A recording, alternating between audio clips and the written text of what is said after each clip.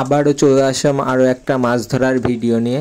আজ যে পুকুর থেকে জাল টেনে মাছ ধরা হবে আর সেই মাছগুলোই বিক্রি হবে। কিছু চারা মাছ আজকে বিক্রি করা হবে আর বড় বড় যে মাছগুলো উঠবে সেই মাছগুলোকে আজকে এখানে জিয়ে রাখা হবে আর ভোরবেলা হাটে নিয়ে গিয়ে বিক্রি করা হবে।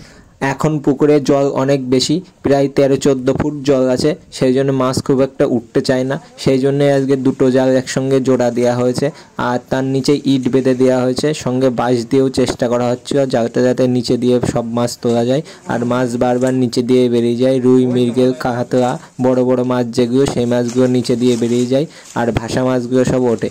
আজকেও প্রচুর চেষ্টা করা হয়েছিল, কিন্তু সেই রুই, মৃগেল মাছগুলো যেগুলো ভেবেছিলাম হাটে নিয়ে যাব, ভালো দাম দিচ্ছে এখন, সেই মাছগুলোই তুলতে পারিনি। আর সব ছোটো ছোটো মাছ আর সিলভার কাপ, বড় সাইজের সিলভার কাপগুলো উঠেছে। সিলভার কাপ যেহেতু ভাসা মাছ সেই জন্য সিলভার কাপ মাছগুলো খুব একটা বেরোতে পারে না, আর সিলভার কাপ বেরোলে ওপর দিয়ে বেরোয়, সেই জন্য সিলভার কাপ মাছগুলোই উঠেছে। আর এখানে সিলভার কাপ মাছগুলো আর চারা মাছগুলো সব আলাদা করা চলছে, আর চারা মাছগুলো এখান থেকেই বিক্রি হয়ে যাবে কেজি হিসেবে। আর সিলভার কাপ মাছ আর পরে আরও কিছু মাছ আমরা খেপা দিয়ে ধরেছিলাম, সেই মাছগুলোকে আমরা রেখে দিয়েছিলাম, একটা হাঁপায় জিয়ে রেখেছিলাম, পরের দিন সকালে আমরা হাটে নিয়ে গেছি।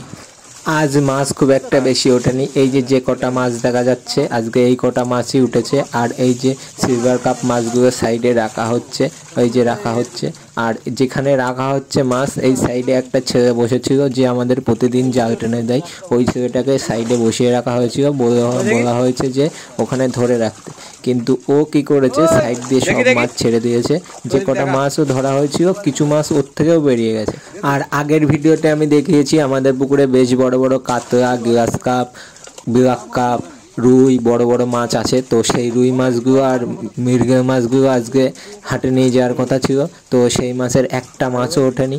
আর এই যে গ্লাস কাপটা ছিল, এই গ্লাস কাপটা আমাদের পুকুরে দুটোই আছে, বড় বড় গ্লাস কাপ, যেহেতু পুকুরে পানা টানা হয় সেই জন্য গ্লাস কাপগুলো রেখে দেওয়া হয়েছে।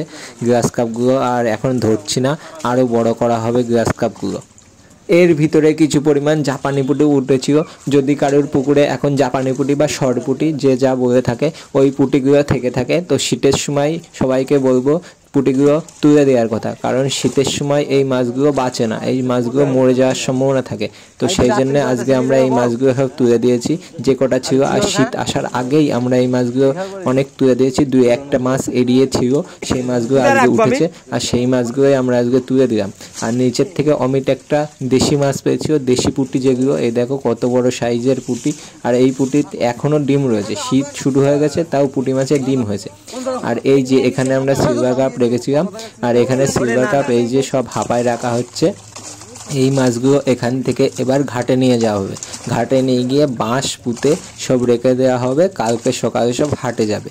আর এখান থেকে যখন মাছ তুলছি তখন আরও বেশি মাছ রাখা ছিল, তখন সবাই বুঝতে পারলো না ও মাছ ছেড়ে দিয়েছে, তারপরে দেখে না তলায় অল্প কিছু মাছ আছে, প্রায় 40 কেজি মতো মাছ রাখা হয়েছিল, সেখানে আমরা অর্ধেক মাছ পেয়েছি, 20 কেজি মতো মাছ পেয়েছি। আর মাছ আমাদের হাটে কত টাকা করে দিয়েছে, কোন মাছ কত টাকা কেজি হিসেবে বিক্রি করেছি সেই ভিডিওটাও এর পরে আসবে।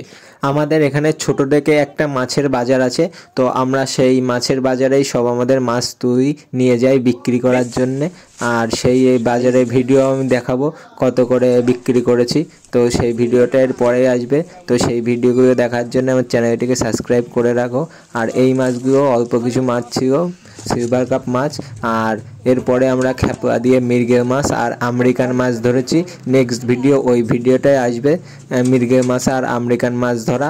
আর তারপরের ভিডিও আসবে আমরা মাছ কোথায় বিক্রি করি, কিভাবে বিক্রি করি। তারপরে মাছ সব ঘাটে নিয়ে চলে আসা হলো, আর ঘাটে নিয়ে এসে যারা এসেছিল চারা মাছ নিতে তাদের সব চারা মাছ মেপে দিতে লাগলো আমাদের সৌরভ দাদা।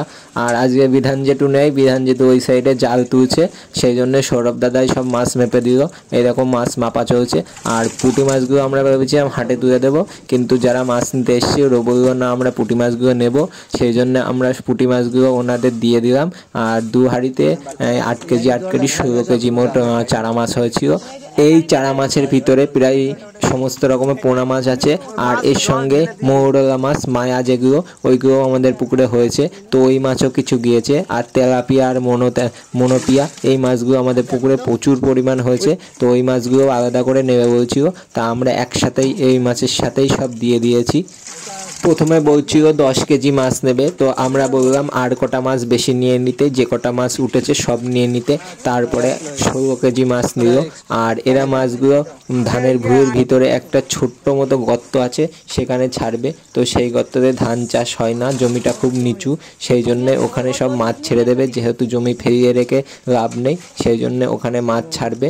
আর ধানের সিজন সামনে আসছে, তো জল দেওয়া লাগবে না আর জলও শোকাবে না, এক কাজে 2 কাজ হয়ে যাবে, সেই জন্য ধান ক্ষেতের ওখানেই মাছ ছেড়ে দেবে। এই মাছগুলো আমরা 120 টাকা কেজি হিসেবে বিক্রি করেছি। তো দাম ঠিক আছে না কম নিয়েছি না বেশি নিয়েছি, এটা তোমরা কমেন্ট করে জানাও। আর তোমাদের এলাকায় চারা মাছ কত করে বিক্রি হয় তো জানাতে পারো। এই দেখো মাছ সব নিয়ে আসা হয়ে গেল, ভ্যানের উপরে এবার তোলা হচ্ছে। এরপরে আমরা বড় বড় সাইজের আমেরিকান ধরেছি, মৃগেল ধরেছি, তো সেই ভিডিওটা এর পরে আসবে। ভিডিওটা দেখার জন্য চ্যানেলটিকে সাবস্ক্রাইব করো। তো দেখা হচ্ছে পরের ভিডিও।